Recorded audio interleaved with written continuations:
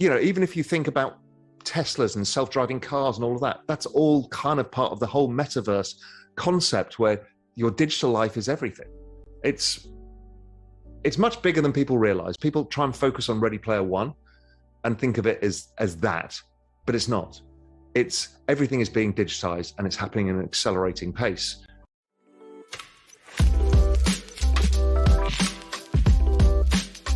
Welcome to Dream Richer. Have you ever seen the Ready Player One movie?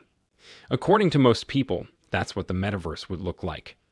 Even though we tend to not place a major focus on the metaverse as of yet, but according to Raoul Pal, that's all about to change. Mr. Raoul argues that our world has already entered into the great metaverse phase where everything has and will be digitalized. Much of this has already happened without many of us realizing that this is all headed into the metaverse era. Our photos have been digitalized, our videos, our friends. What's next? Could it be that our currency also becomes digitalized with the rise of stablecoins, Bitcoin adoption, and so much more? For some, metaverse may seem like a fantasy world where everything will be perfect and everyone gets to stay connected with each other forever. But some argue that the rise of metaverse could in fact be the rise of communism in a much subtle form, where everyone is forced to become dependent on their digital properties, rather than their physical assets and properties. What do you think? If you find the video helpful, then don't forget to subscribe. Let's get right into it. Raoul Pal, what is the metaverse? We are in the metaverse now, my friend. 5 years ago, we couldn't do this. You guys are in LA, I'm in the Cayman Islands. We're not actually speaking to each other. We've got a digital representation of our voices, a digital representation of our imagery. So this is the metaverse. Here we are meeting. So it's the digitization of everything. And the more of our lives that become digital and live in this digital world, the more that becomes the metaverse. It's not a single place, it's a state of being. And it's a never-ending pathway there.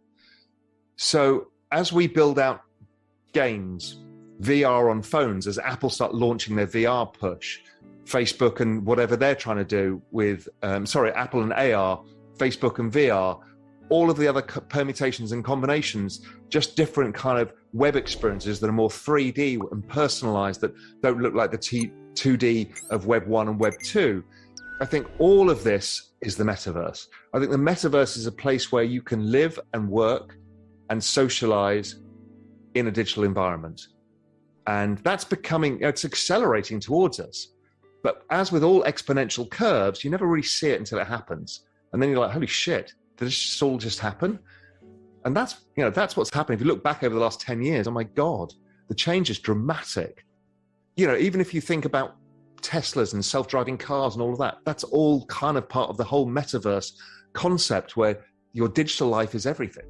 It's much bigger than people realize. People try and focus on Ready Player One and think of it as that, but it's not. Everything is being digitized and it's happening at an accelerating pace. And that is the metaverse. Right now, we're forced into communities within Facebook and Google and these kind of platforms. But the new world allows us the freedom of movement. This is what Mark Zuckerberg, the founder of Facebook, wrote in a letter to his employees. We've gone from desktop to web to mobile, from text to photos to video, but this isn't the end of the line. The next platform will be even more immersive and embodied internet, where you're in the experience, not just looking at it. We call this the metaverse, and it will touch every product we build. So we've all heard of it, but what exactly does the metaverse open doors to, and what does it enable users to do?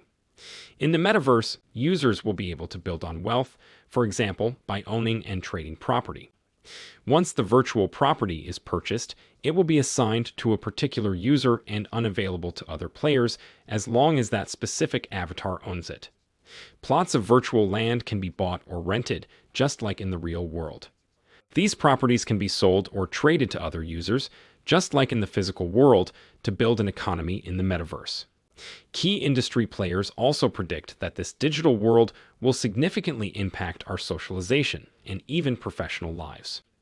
Bill Gates noted that he believes all work meetings will take place in the metaverse in the next few years, elevating remote work. It's the same happening with money. We basically now got the freedom of opting out of the US dollar and using Bitcoin or opting out of US Treasuries. So it's the opting out ability that I think is really powerful. It also helps police the private sector entities, because if you've got freedom of movement, then they're more incentivized to not be monopolistic, or at least evil in their intention of their monopoly. They may end up as a monopoly, and that's fine, but at least they need to treat people better because people can leave, particularly when you own your own digital identity. Do you own one or two metaverse protocols? I've owned Decentraland and Sandbox, and I've got a property in Crypto Voxels, which is the Real Vision headquarters we built.